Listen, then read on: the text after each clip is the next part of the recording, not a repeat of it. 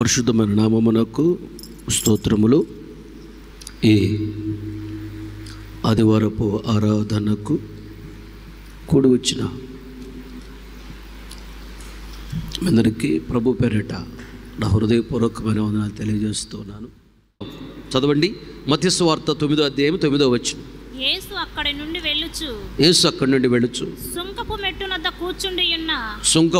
మెట్టు యొద్ద కూర్చుని ఉన్న మత్తయి అని ఒక మనుషుని చూచి నన్ను వెంబడించుము అని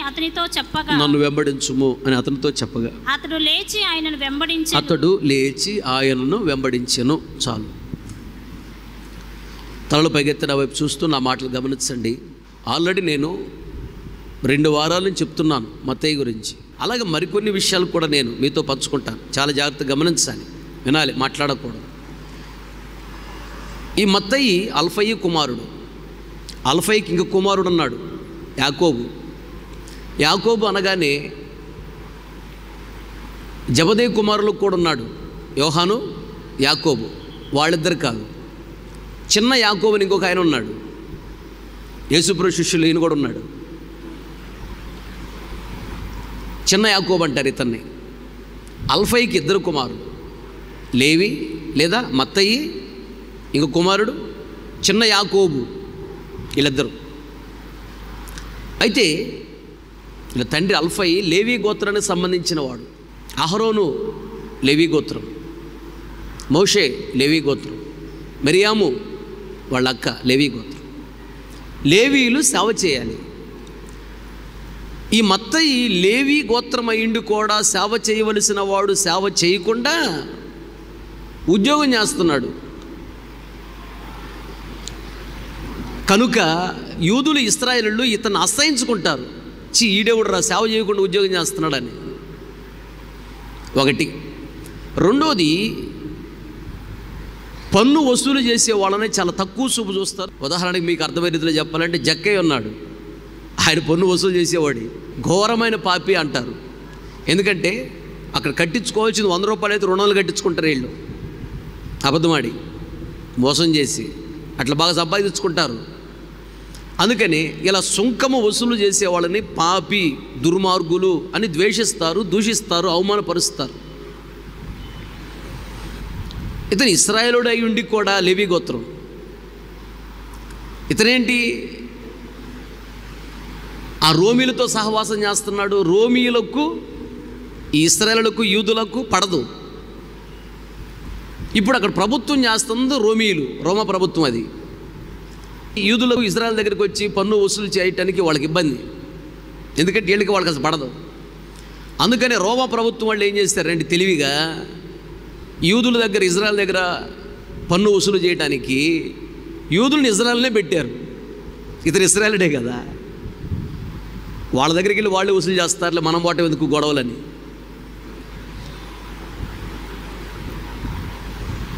కనుక రోమీలతో సహవాసం చేస్తున్నాడు ఈయన, రోమీల దగ్గర ఉద్యోగం చేస్తున్నాడు. చేసే ఉద్యోగం కూడా పనికిమాలిన ఉద్యోగం అని అసహించుకునేవాళ్ళు, ద్వేషించేవాళ్ళు, దూషించేవాళ్ళు. మత్తయిని విలువిచ్చేవాళ్ళు కాదు. పన్ను వసూలు చేస్తుంటాడు కదా, అలాంటి పరిస్థితి మత్తయిది. మత్తయి అయితే బాగానే సంపాదించాడు, గొప్ప ఐశ్వర్యవంతుడే. కానీ ఈ మత్తయికి పన్ను కట్టిన తర్వాత చిల్లర ఏదైనా మిగిలిందనుకో, మత్తయి మళ్ళీ తిరిగి చిల్లరిస్తే తీసుకోరు. ఎందుకు తెలుసా? వాడు పాపి, వాడి చేతిలో నుంచి మనం తీసుకోవటం ఏంటని. అలాంటి పరిస్థితి అయింది. ద్వేషించబడినవాడు, దూషించబడినవాడు, అవమానపరచబడినవాడు, హేళనకు అప్పగించబడినవాడు. డబ్బు బాగానే సంపాదించాడు, విలువలేని జీవితం. దేవుడు పిలిచాడు, సేవకు ఏర్పాటు చేశాడు. యూదుల మధ్యలో 15 సంవత్సరాలు సేవ చేశాడు. తర్వాత ఈయన ఈజిప్ట్కి వెళ్ళాడు. ఈజిప్ట్లోను, ఇథియోపియా అనే ప్రాంతంలోనూ 23 సంవత్సరాలు సేవ చేశాడు. గొప్ప సేవ చేశాడు. అనేకులను దేవుని వైపు త్రిప్పాడు. బాగా చదువుకున్నవాడు. ఇంచుమించుగా 4 భాషలు అనర్గళంగా మాట్లాడతాడు. హెబ్రీ భాష, గ్రీకు భాష, లాటిన్ భాష, అరబిక్ భాష. అరబిక్ భాష అంటే ఈజిప్ట్లో మాట్లాడేది అదే. అక్కడికి వెళ్ళినప్పుడు మేము విన్నాం, అంతా పిచ్చి పిచ్చుకుని తక్కిడికి అంటుంటూ ఉంటారు. మనకు అర్థం కాక చూస్తూ ఉంటుంది ఇంద్రబాబు గారు. అరబిక్ భాష ఈజిప్ట్లో. అలా 4 భాషలు నేర్చుకొని చక్కగా ఈ 4 భాషల్లో కూడా సువార్తను బాగా ప్రకటించిన వాడు. ఈజిప్టు రాజుకి ఒక కుమారుడు ఉన్నాడు. కుమారుడు చనిపోయాడు. మత్తయి ప్రార్థన చేసి అతన్ని బ్రతికించాడు, ఈజిప్టు రాజకుమారుని. ఈజిప్టు రాజు కుమార్తె ఉన్నది. ఆవిడ కుష్ఠవ్యాధి వచ్చి దూరంగా ఉండేది, ఊరికే దూరంగా. స్వస్థపరిచాడు మత్తయి. ఎన్నో అద్భుతాలు ఆశ్చర్యకాలు చేసి అనేక మంది దేవుని వైపు త్రిప్పాడు ఆయన. ఇథియోపియా అంటే కూషు దేశం. కూషు దేశస్తులు ఎలా ఉంటారు? బాగా నల్లగా ఉంటారు. పాత నిబంధన కాలంలో కూషు దేశం అంటారు, కొత్త నిబంధనలు దాన్ని ఇథియోపియా అంటారు.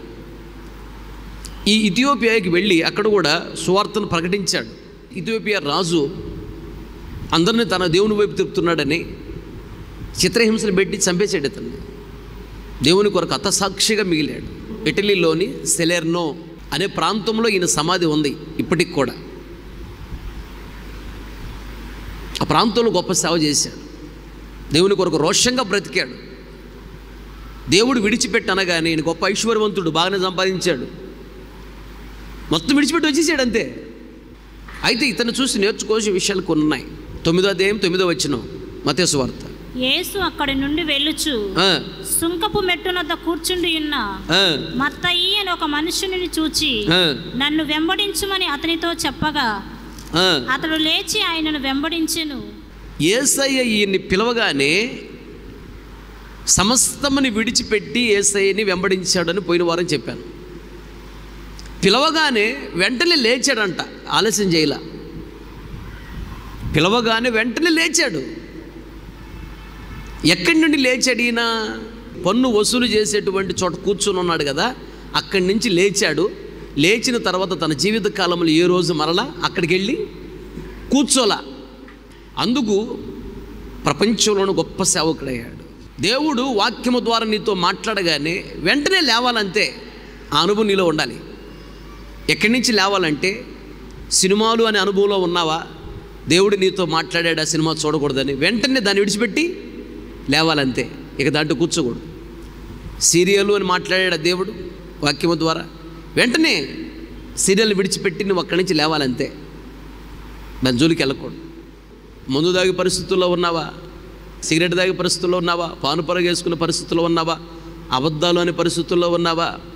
బూతులు అనే పరిస్థితుల్లో ఉన్నావా? అక్రమ సంబంధమైన పరిస్థితుల్లో ఉన్నారా?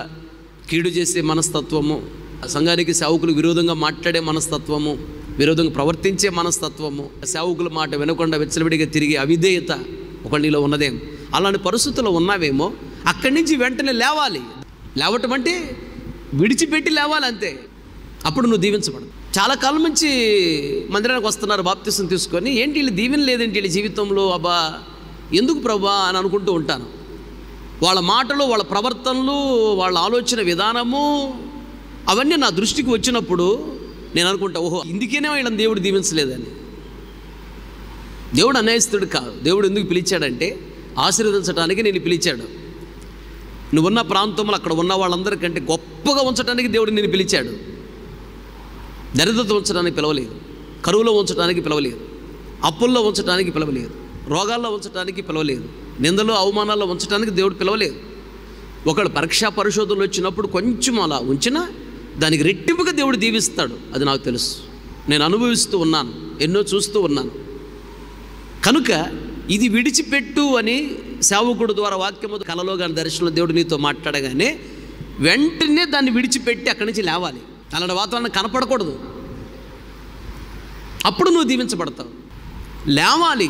లేచాడంట వెంటనే. అంటే లేవటం అంటే విడిచిపెట్టుట అని అర్థం. ఆ ప్రదేశాన్ని విడిచిపెట్టి అక్కడి నుంచి వచ్చేసాడు. తన జీవితకాలం ఎప్పుడు మళ్ళీ అక్కడికి వెళ్ళి కూర్చోలే.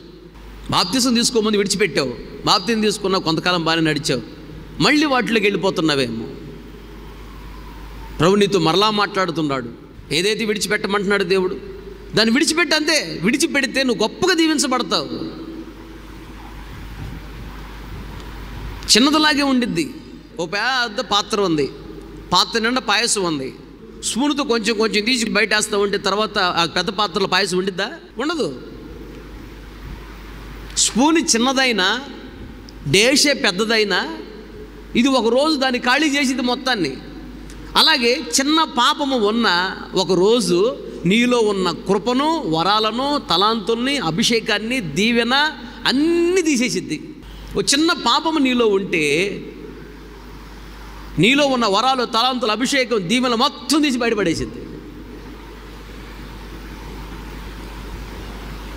చిన్న బుద్ధిహీనత ఏం చేస్తుందట? నీకున్న ఘనత మొత్తాన్ని తెలిపేటట్టు చేసిద్ది అంతే. అందుకని ఏదైతే నీలో ఉన్నదో దాన్ని విడిచిపెట్టు, అక్కడి నుంచి లే, అంతే.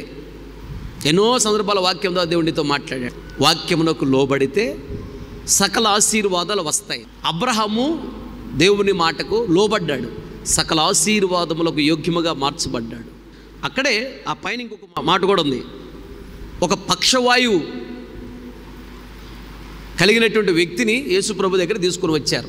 ఆ పైన ఉండేది 6-7 వచనాలు తీసుకొని వస్తే అతన్ని చూసి యేసయ్య అంటాడు, నీ పాపములు క్షమించబడ్డాయి అన్నాడు. నీవు లేచి నీ మంచం ఎత్తుకొని నీ ఇంటికి వెళ్ళు అన్నాడు. వెంటనే అతను లేచాడు మంచం మీద నుంచి. చాలా కాలం నుంచి మనసులో ఉన్నాడు. పక్షవాతం అనగానే, పక్షము అంటే ఒక ప్రక్కన, కుడివైపు పక్షవాతం వచ్చిందనుకో, ఈ వైపు మెదడు, చెయ్యి, కాలు, ఈ వైపు మొత్తం చచ్చిపడిపోద్ది. ఎడవైపు వచ్చిందనుకో ఎడవైపు అంతా చచ్చిపడిపోద్ది. పక్షవాతం అంటే ఒక భాగం అంతా పాడైపోద్ది. అంటే సగం పాడైపోయాడు, సగం నాశనం అయిపోయింది. అలాంటి వాడిని పట్టుకొచ్చారు. అప్పుడు అంటాడు, నీ పాపములు క్షమించబడ్డాయి అన్నాడు. వెంటనే స్వస్థత కలిగింది. స్వస్థతకి పాపానికి చాలా దగ్గర సంబంధం ఉంది.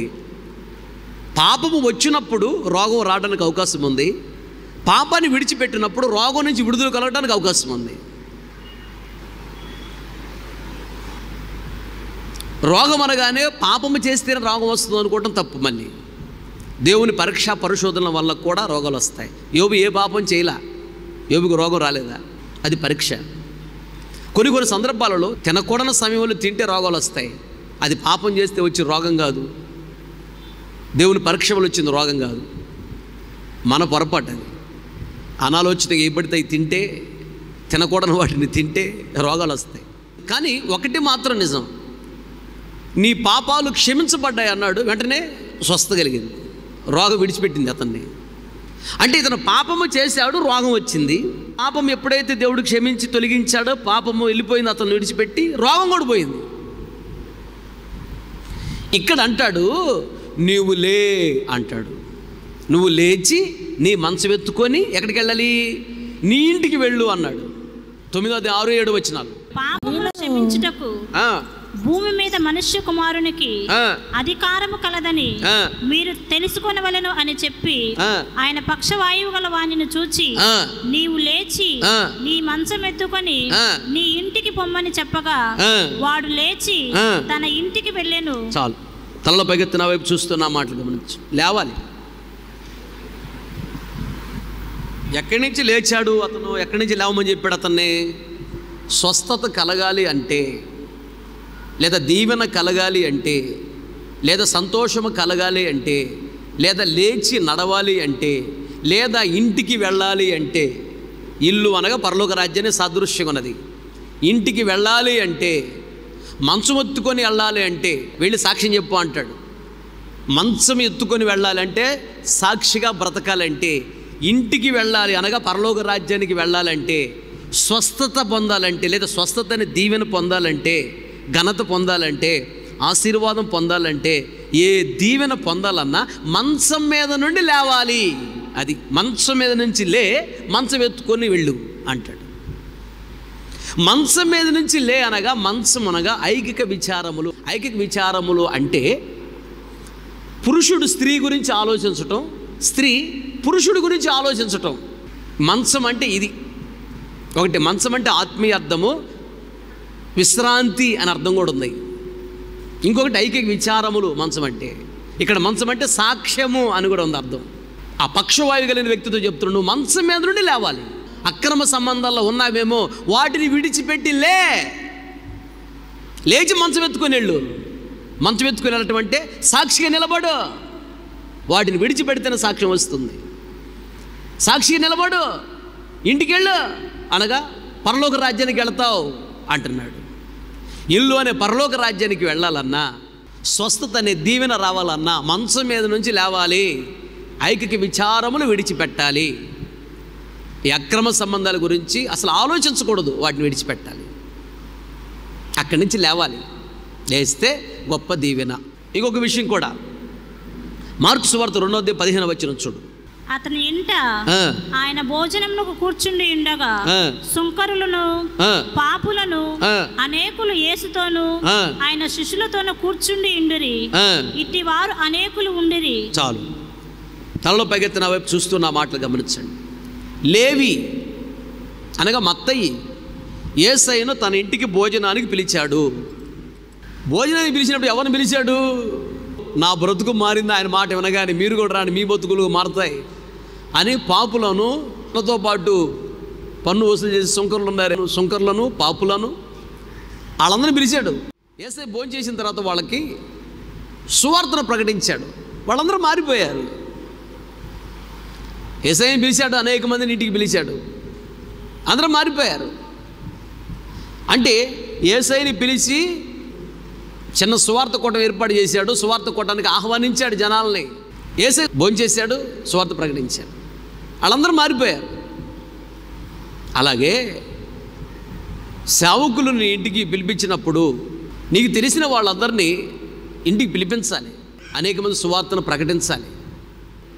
అయితే ఇంటికి పిలిచి లేవి లేదా మత్తయి యేసయ్యకి భోజనం పెట్టాడంట. ఎప్పుడైనా కలలో, దర్శనంలో కానీ సేవకులకు నీవు భోజనం పెడుతున్నట్టు నీ కల వచ్చిందా, దర్శనం వచ్చిందా? సేవకుడికి నువ్వు భోజనం పెడుతున్నావు అంటే దేవునికి నువ్వు భోజనం పెడుతున్నావు అని అర్థం. దేవుడు నిన్ను భోజనం పెట్టమని అడిగాడు అని అర్థం. భోజనము అనగానే తినే ఈ భోజనం కాదు. దాని ఆత్మీయ అర్థం ఏంటంటే, చదవండి యోహాను సువార్త 4:34. యేసు వారిని చూచి, నన్ను పంపిన వాని చిత్తము నెరవేర్చుటయు, నన్ను పంపిన వాని చిత్తము నెరవేర్చుటయు, ఆయన పని తుదముట్టించుటయు నాకు ఆహారమై ఉన్నది. చాలు. సమరయ స్త్రీతో యేసయ్య మాట్లాడుతూ ఉన్నాడు. శిష్యులు ఆ ప్రక్కన ఉన్నటువంటి గ్రామంలోకి భోజనం కొని తీసుకురావడానికి వెళ్ళారు. సమరయ స్త్రీతో మాట్లాడుతున్నాడు. వాళ్ళు వచ్చారు, బోధకుడా భోజనం తీసుకొచ్చారు, రండి భోజనం చేద్దామని అడిగారు. అప్పుడు యేసయ్య అన్నాడు, నేను తినే ఆహారము వేరుగా ఉన్నది అన్నాడు. ఆవిడేమైనా తీసుకొచ్చి పెట్టిందేమో, యేసయ్య తినేసాడేమో అనుకుంటున్నారు వాళ్ళు. నేను తినే ఆహారం వేరుగా ఉందని చెప్పాడు. ఏంటంట? తండ్రి చిత్తము నెరవేర్చుటయు, నన్ను పంపినటువంటి తండ్రి పని తుదముట్టించుటయు నాకు ఆహారం అన్నాడండి. ఆయనకి ఆహారం పెట్టాలి. ఇదిగో తలుపునొద్ద నిలుచుండి తట్టుచున్నాను, ఎవడైనా నా స్వరము విని తలుపు తీసిన ఎడల, చదువు ప్రకటన గ్రంథం. ఇదిగో నేను తలుపునొద్ద నిలుచుండి తట్టుచున్నాను, ఎవడైనా నా స్వరము విని తలుపు తీసిన ఎడల నేను అతని యొద్దకు నేను వచ్చి అతనితో నేనును నాతో కూడా అతడును భోజనము చేయుదుము. చాలు. తలలో పైకెత్తి నా వైపు చూస్తూ నా మాటలు గమనించండి. నాతో అతను, అతనితో నేను, ఇద్దరం భోజనం చేస్తామంటున్నాడు. వినాలి. భూమి మీద దేవునికి మనం భోజనం పెడితే ఆయన పరలోక రాజ్యానికి వెళ్ళిన తర్వాత మనకు భోజనం పెడతాడు. దేవుడు తినే భోజనం ఏంటంటే ఆయన చిత్తము నెరవేర్చుట. ఆయన ఇష్టం ఏంటో నెరవేర్చాలి. నీ ఇష్టం కాదు, నీ భర్త ఇష్టం కాదు, నీ భార్య ఇష్టం కాదు, నీ పిల్లల ఇష్టం కాదు, నీ తల్లిదండ్రుల ఇష్టం కాదు, దేవుని ఇష్టాన్ని నువ్వు నెరవేర్చాలి. ఎవరి ఇష్టాన్ని నువ్వు నెరవేర్చినా నువ్వు దేవునికి భోజనం పెట్టినట్టు కాదు. పరలోక రాజ్యం ఎవడు అక్కడ నీకు భోజనం పెట్టడు. పరలోక రాజ్యం ఇవ్వాలంటే, పరలోక రాజ్యంలో భోజనం పెట్టాలంటే, లేదా పరలోక రాజ్యంలో భోజనమైన ఆశీర్వాదాలు మనకి ఇవ్వాలి అంటే భూమి మీద దేవునికి భోజనం పెట్టాలి. భూమి మీద దేవునికి భోజనం పెట్టడం అంటే దేవుని ఇష్టాన్ని నెరవేర్చాలి. ఇక్కడ భర్త ఇష్టం ఉంది, దేవుని ఇష్టం ఉంది. నువ్వు దేవుని ఇష్టం నెరవేరుస్తావా, భర్త ఇష్టం నెరవేరుస్తావా? పరీక్ష. భార్య ఇష్టాన్ని నెరవేరుస్తావా, ఇక్కడ దేవుని ఇష్టాన్ని నెరవేరుస్తావా? పరీక్ష. పిల్లల ఇష్టాన్ని నెరవేరుస్తావా, దేవుని ఇష్టాన్ని నెరవేరుస్తావా? దేవుని ఇష్టాన్ని నెరవేరుస్తావా, తల్లిదండ్రుల ఇష్టాన్ని నెరవేరుస్తావా? పరీక్షలు వస్తాయి, ఇదే పరీక్షలు అంటే ఇలాగే ఉంటాయి. నాకు దేవుని ఇష్టమే ముఖ్యము, దేవుని చిత్తమే ముఖ్యము, దేవుని చిత్తం నెరవేర్చాలి. సేవ చేయమని దేవుడు చెప్పాడా? అది దేవుని చిత్తం. నువ్వు సేవ చేస్తేనే పరలోక రాజ్యంలో ఉంటావు, సేవ చేయకపోతే పరలోక రాజ్యం ఉండదు, అంతే. That's all. ఆయనకి భోజనం పెట్టాలంటే ఆయన చిత్తము నెరవేర్చాలి. ఆయన చిత్తము నెరవేరిస్తేనే, ఆయనకి భోజనం పెడితేనే ఆయన నీకు భోజనం పెడతాడు. అక్కడ తలుపు నద్దు నిలుచుండు తట్టుచున్నా తలుపు తీస్తే అంటున్నాడు. తలుపు అనగా పాపము. పాపాన్ని విడిచిపెడితే ఏంటి పాపం అంటే? దేవుని చిత్తము నెరవేర్చకుండా ఉన్నావేమో, అది పాపం. దేవుని ఇష్టాన్ని నెరవేర్చట్ల, అది పాపం. కనుక దేవుడు చెప్పింది నువ్వు చేయాలంతే. దైవజనుడి నోట్లో నుంచి ఏమొస్తుందో అది దేవుని వాక్యానికి విరోధంగా రాదు. దేవుడు చెప్పింది నేను చెప్తా, దేవుడు చెప్పకుండా నేను చెప్పను. అది గుర్తుపెట్టుకో. నా నోట్లో నుంచి వచ్చిందంటే అది దేవుని దగ్గర నుంచి వచ్చింది. ఆ మాట వింటే నువ్వు దేవుని చిత్తాన్ని నెరవేరుస్తున్నావు, అనగా దేవునికి భోజనం పెడుతున్నావు. దేవుడు పరలోక రాజ్యంలో నీకు భోజనం పెడతాడు. దేవునికి స్తోత్రం, హల్లెలూయా. ఇక్కడ సేవకుల మాట నువ్వు వినకపోతే నువ్వు దేవుని ఇష్టాన్ని నెరవేర్చట్లా, దేవునికి భోజనం పెట్టట్లా, నీకు పరలోక రాజ్యం ఉండదు. జాగ్రత్త. ఆడ నీకు భోజనం పెట్టడు ఆయన. దేవునికి ఏది ఇష్టం గుర్తుబట్టి అది చెయ్యి, అంతే. దేవునికి ఇష్టం లేని దాన్ని విడిచిపెట్టు, దేవునికి ఇష్టమైంది చేసుకుంటా వెళ్ళు. అదే దేవునికి భోజనం పెట్టడం. ఈడ భోజనం పెడితే రేపు ఆయన భోజనం పెడతాడు. ఏందమ్మా వాళ్ళని పిలవలేదు అంటేనో, వాళ్ళ ఇంట్లో శుభకార్యం జరిగినప్పుడు మమ్మల్ని పిలిచారా, మమ్మల్ని పిలవలేదు కాబట్టి మేము ఈరోజు వాళ్ళని పిలవలేదు అంటున్నారు. అలాగే దేవుని ఇష్టాన్ని ఇక్కడ నెరవేర్చి దేవునికి భోజనం పెడితే రేపు ఆయన అక్కడ భోజనం పెడతాడు. ముందు మీరు చేయండి అన్నాడు. ముందు అందుకే దేవుడు ఏమన్నాడు? ఇవుడి మీకు ఇవ్వబడును, ముందు మీరు ఇవ్వండి అన్నాడు. అందుకని give respect and take respect అని ఇంగ్లీష్లో సామెత ఉంది. మనం ఇస్తేనే పుచ్చుకోగలము. అందుకని ముందు మీరు ఇవ్వండి అన్నాడు, తర్వాత నేను ఇస్తాను అన్నాడు. ముందు భోజనం మీరు పెట్టండి ఇక్కడ, అక్కడ భోజనం నేను పెడతాను అన్నాడు. దేవునికి ఏది ఇష్టమో తెలుసుకో, దేవుని ఇష్టమే చెయ్యి. ఆ బట్టలు కట్టుకోవడం నాకు ఇష్టం లేదన్నాడు దేవుడు, విడిచిపెట్టు. నాకు జీన్స్ ప్యాంట్లు అంటే బాగా ఇష్టం. కాలేజ్ చదువుకున్న రోజులు జీన్స్ ప్యాంట్లు ఎక్కువ వేసుకునేవాడిని.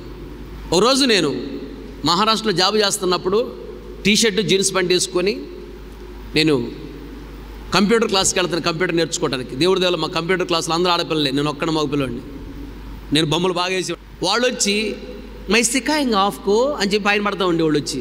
నేను అప్పుడు కొత్తగా బాప్తిసం తీసుకుపోయి అల్లాడిపోయేవాడిని, ఈ స్వాధీనం ప్రభువా అని. మొత్తం వాళ్ళే ఆడపిల్లలే. మా క్లాసులో 16 మంది ఉన్నారు, నేను ఒక్కడినే. నేను కంప్యూటర్ క్లాస్కి వెళ్ళిన బాబాయ్, మా బాబాయ్ ఎవరు నేర్చుకుంటే భవిష్యత్తు బాగుండేది. నేను వాడు ఏమి నేర్చుకుంటే ఆడకపోతే ఆడపిల్లలు అల్లాడుతున్నారు అని. దేవుని మహాకృప, దేవుడు కాపాడాడు. కొద్దికాలం ప్రార్థన చేసుకున్నాను నేను. ఆడికి వెళ్ళేటప్పుడు ప్రభు చెప్పాడు, బహు జాగ్రత్తగా ఉండు, అక్కడ ఆడపిల్లలు ఉన్నారని. వాడు చాలా ఫాస్ట్, చాలా స్పీడ్గా ఉంటారు. దేవుడు కాపాడుతూ వచ్చాడు. టీ షర్టు జీన్స్ ప్యాంట్ వేసుకుని వెళ్తాంటే ప్రభు అన్నాడు, నీకు టీ షర్ట్ జీన్స్ ప్యాంట్ అవసరమా అన్నాడు.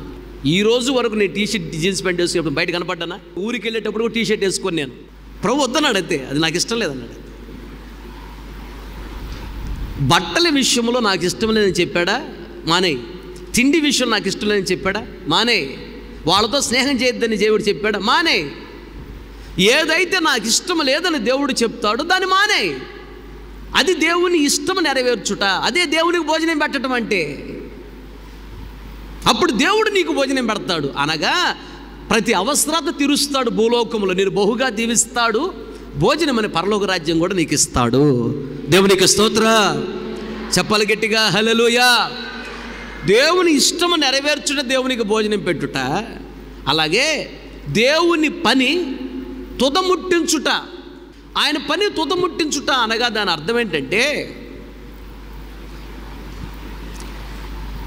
దేవుడు నీ చేతికి దైవజనుల ద్వారా ఏ పని అప్పగించినా శక్తి వంచన లేకుండా పని చేయాలి. ఆ పని వేరే వాళ్ళకు నువ్వు అప్పగించకూడదు, ఆ పని నువ్వే చేయాలి. అది కంప్లీట్ అయ్యేంత వరకు అక్కడే ఉండాలి. ఈ మధ్యలో ఎన్ని పనులు వచ్చినా వెళ్ళకూడదు, అంతే.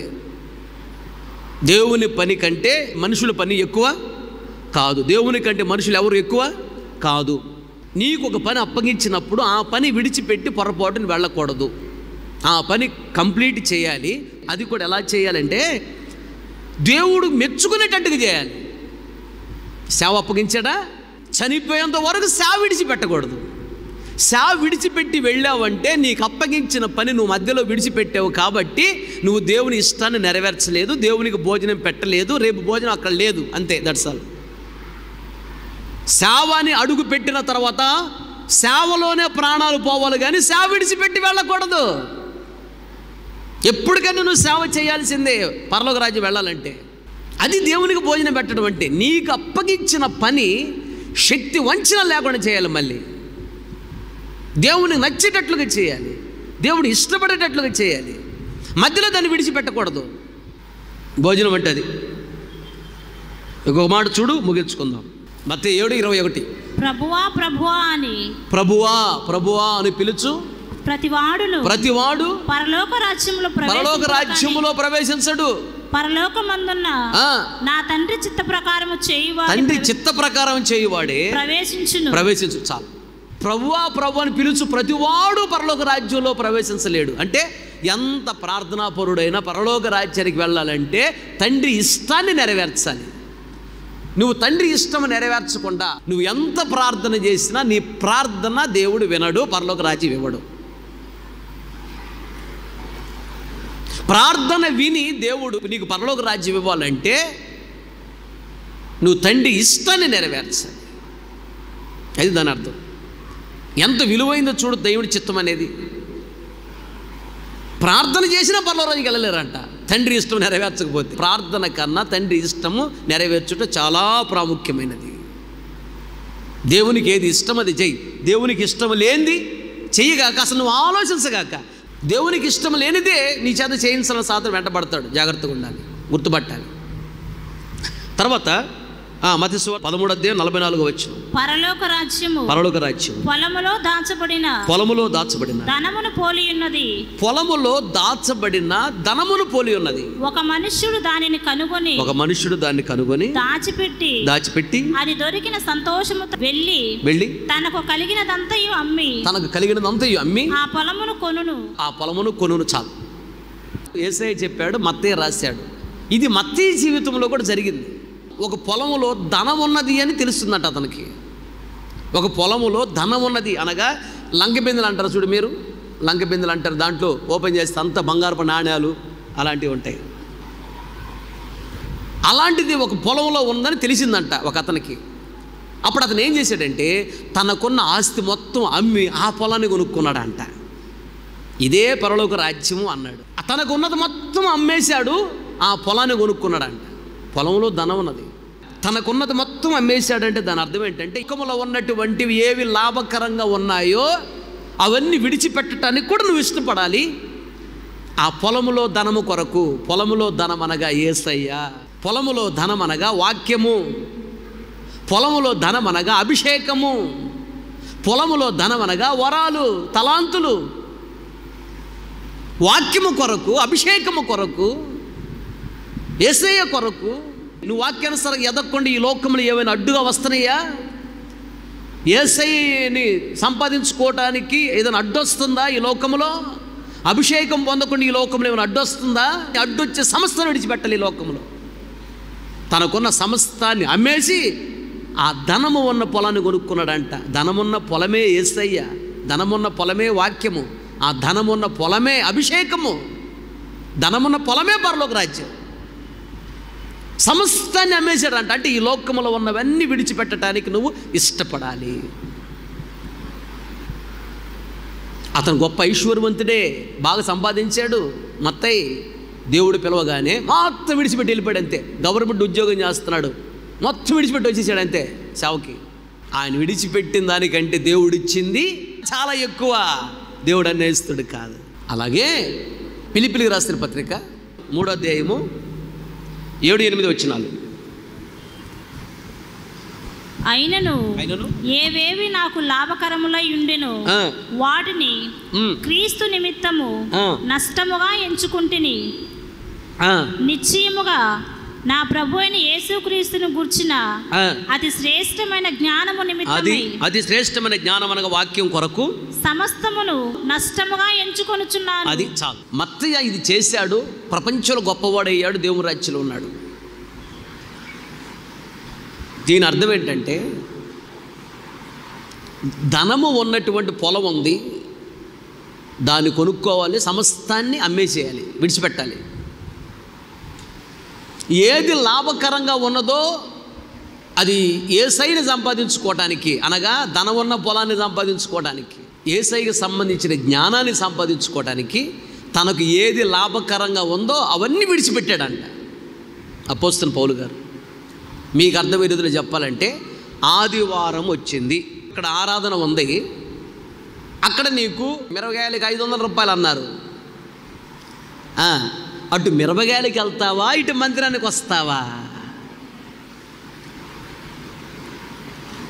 మందిరానికి వచ్చి దేవుణ్ణి ఆరాధించటం అంటే ఏవి లాభకరంగా ఉన్నాయో వాటిని సమస్తాన్ని అమ్మి ఆ ధనం ఉన్న పొలాన్ని కొనుక్కున్నాడంట. అదే పరలోక రాజ్యం. నీకు ఆదివారం వచ్చిందంటే మందిరానికి బయలుదేరావు, 1,00,000 రూపాయల లాభం వచ్చే పని ఉంది. 1,00,00,000 రూపాయల లాభం వచ్చే పని అయినా నీవు ఆ రోజు ఆదివారం మందిరం మానేసి పనికి వెళ్ళావు అంటే నీకు పరలోక రాజ్యం లేదు. ఈ వారం కాదు వచ్చే వారం పోతాను అంటావే, మళ్ళీ రాసి పెడతాడు అక్కడ, అంతే, దట్సాలు. 1,00,000 రూపాయల లాభం కోసం 1,00,00,000 రూపాయల లాభం వస్తున్నాయని మందిరం మానేసావు. ఆ మరుసటి రోజు దేవుడు పిలిచాడు అనుకో, టైం అయిపోయింది రా అన్నాడు అనుకో, పరలోక రాజ్యం లేదు. ఎందుకంటే పరలోక రాజ్యాన్ని నేను పిలుస్తున్నా వచ్చే వారము, పిలిచే ముందు నీకు పరీక్ష పెట్టా. డబ్బుని ప్రేమిస్తావా, నా మందిరాన్ని ప్రేమిస్తావా చూద్దామని పరీక్ష పెట్టాడు దేవుడు. ఇంకెంత టైం వీళ్ళకుంది? ఏమేమనుకుంటుంది, ఈ వారం బాగపోతే వచ్చే వారం పోదాలే మందిరానికి, ఈ వారం 1,00,000 రూపాయల లాభం వస్తేనే మనకి 500 రూపాయలు కూలి వస్తుందని చెప్పేసి మందిరం మానేసింది. ఏమో తెలియదు ఈ సంగతి, ఈయనకి తెలియదు ఈ సంగతి. నెక్స్ట్ వారమే దేవుడు ఏమని పిలుస్తున్నాడు అక్కడికి పరలోక రాజ్యానికి. అయిపోయింది టైము. ఏమనుకుంటుంది, వచ్చే వారం పోదాంలే, చర్చికి ఈ వారం మానేద్దాంలే, ఇక నుంచి మనము కంటిన్యూగా వెళ్దాంలే. ప్రభు అంటాడు, పిచ్చిదానా, పిచ్చోడా, నీకు వారమే టైము, నీకుంది 4 రోజుల టైము, ఇది చివరి ఆదివారం, నెక్స్ట్ ఆదివారము నువ్వు ఉంటావని ఎవడు చెప్పాడు నీకు? ప్రభు అంటాడు, ఆయన మనసులో అనుకుంటాడు, నీకు ఇంక లాస్ట్ ఆదివారం ఇదే, వచ్చే ఆదివారం మందిరానికి వెళదామని ఈ వారం మానేద్దాం అనుకుంటున్నావు, వచ్చే ఆదివారం నేను నీకు ఇస్తానని చెప్పానా? ఎవరు చెప్పారు నీకు? ఇది లాస్ట్ ఆదివారం, నీకు పరీక్ష పెట్టా నీకు అంటాడు దేవుడు. ఏంటంటే 1,00,000 రూపాయల లాభం ఉందని దానికోసం వెళ్తావు, ఆదివారం మందిరం మానేసి 1,00,000 రూపాయలు నాకు లేకపోయినా పర్లేదు, నా దేవుడు నాకు ఇస్తాడు అని చెప్పి మందిరానికి వస్తావా? పరీక్ష పెట్టాడు. ఈ వారం కాబట్టి వచ్చే వారం పొదుగుని అన్నాడు సైతాన్ గాడు. ఆ మాట ఉంది ఈవిడ. ఆదివారం చర్చి మానేసింది, 500 రూపాయలు కూలి వస్తుందని వెళ్ళిపోయింది, 500 దాని బతికేంత. మంగళవారమే ఈమెకి హార్ట్ ఫెయిల్ అయింది, చచ్చిపోయింది. నెక్స్ట్ ఆదివారం చర్చికి వెళ్ళిందా? లేదు. దేవుడు ముందు నిలబడింది, వెళ్ళి నిలబడితే అప్పుడు ప్రభువా అంటే పరలోక రాజ్యం ఇవ్వయ్యా అంటే దేవుడు అంటున్నాడు, నా రాజ్యాన్ని ఇచ్చే ముందు నీకు పరీక్ష పెట్టా, నీవు నా మందిరాన్ని ప్రేమిస్తావా, 500 రూపాయలు కూలిని ప్రేమిస్తావా? అంటే నాకన్నా 500 రూపాయలు కూలి ఎక్కువ నీకు, నా మందిరం కన్నా నీకు 500 రూపాయలు కూలి ఎక్కువ. అంటే నన్ను అంత తీసేసావు నువ్వు, అంటే 500 నాకంటే ఎక్కువ, నా జ్ఞానం కంటే ఎక్కువ, అంత తక్కువ అంచనా నన్ను, అంత చీపుగా కనపడుతున్నానా? నేను 500 రూపాయలు కూడా పనికిరానా? 500 రూపాయలు కూలి కోసం నువ్వు, లేదా 1,00,000 రూపాయల కోసమని నన్ను, ఇక వాడికి నీకు తేడా ఏముంది? ఇస్కరియోతు యోధ 30 వెండి నాణాలకు అమ్ముకున్నాడంట, నువ్వు 500కి యేసుప్రభుని నమ్మేసావు. దాని అర్థం అది పలవర చేస్తాడా? లేదు. ఈవెన్ తీసుకెళ్ళి అగ్ని గుండాలు పడేయండి అంటాడు. అగ్ని ఆరదు, కోట్ల సంవత్సరాలు కలుస్తారు తీరేక. మందిరం మానేసి 500 రూపాయలు కూలి కోసం పోయిందా? ఈ 500 రూపాయలు కాపాడుతుంది ఇప్పుడు అగ్నిగుండం నుంచి. ఒకసారి ఆలోచించండి. ధనమున్న పొలాన్ని చూశాడంట, ఆ పొలం కొరకంట తనకు ఏది లాభకరంగా ఉందో తనకున్న సమస్తాన్ని అమ్మి ఆ పొలం కొనుక్కున్నాడంట. అదే అపోస్తలుడైన పౌలు గారు అంటాడు, నాకు ఏది లాభకరంగా ఉందో సమస్తాన్ని నష్టముగా లేదా పెంటతో సమానంగా ఎంచుకున్నా. ఇంకా ఏది ముఖ్యం అనుకున్నావయ్య అంటే, యేసయ్యే నాకు ముఖ్యం అనుకున్నాను, ఆయన సేవే నాకు ముఖ్యం అనుకున్నాను, ఆయన జ్ఞానమే నాకు ముఖ్యం అనుకున్నాను అన్నాడు. ప్రైజ్ ది లార్డ్, హల్లెలూయా.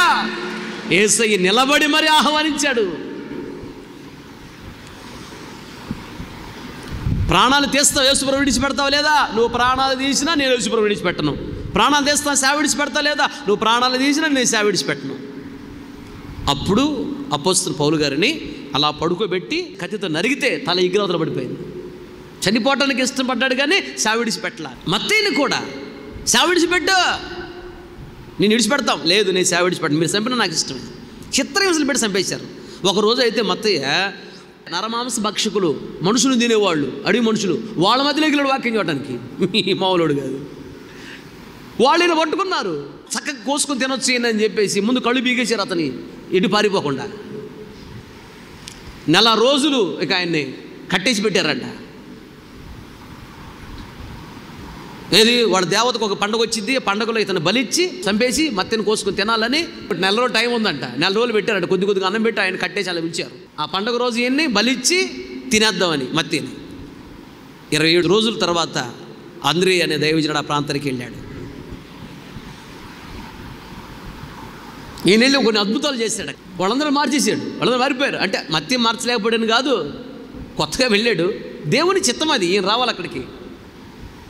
అప్పటికే మత్తి ఎన్నో అద్భుతాలు ఆశ్చర్యకాలని చేశాడు. అందరూ వెళ్ళాడు, రాజుగారితో మాట్లాడాడు, అక్కడ కొన్ని కార్యాలు చేశాడు, మత్తిని విడిపించాడు.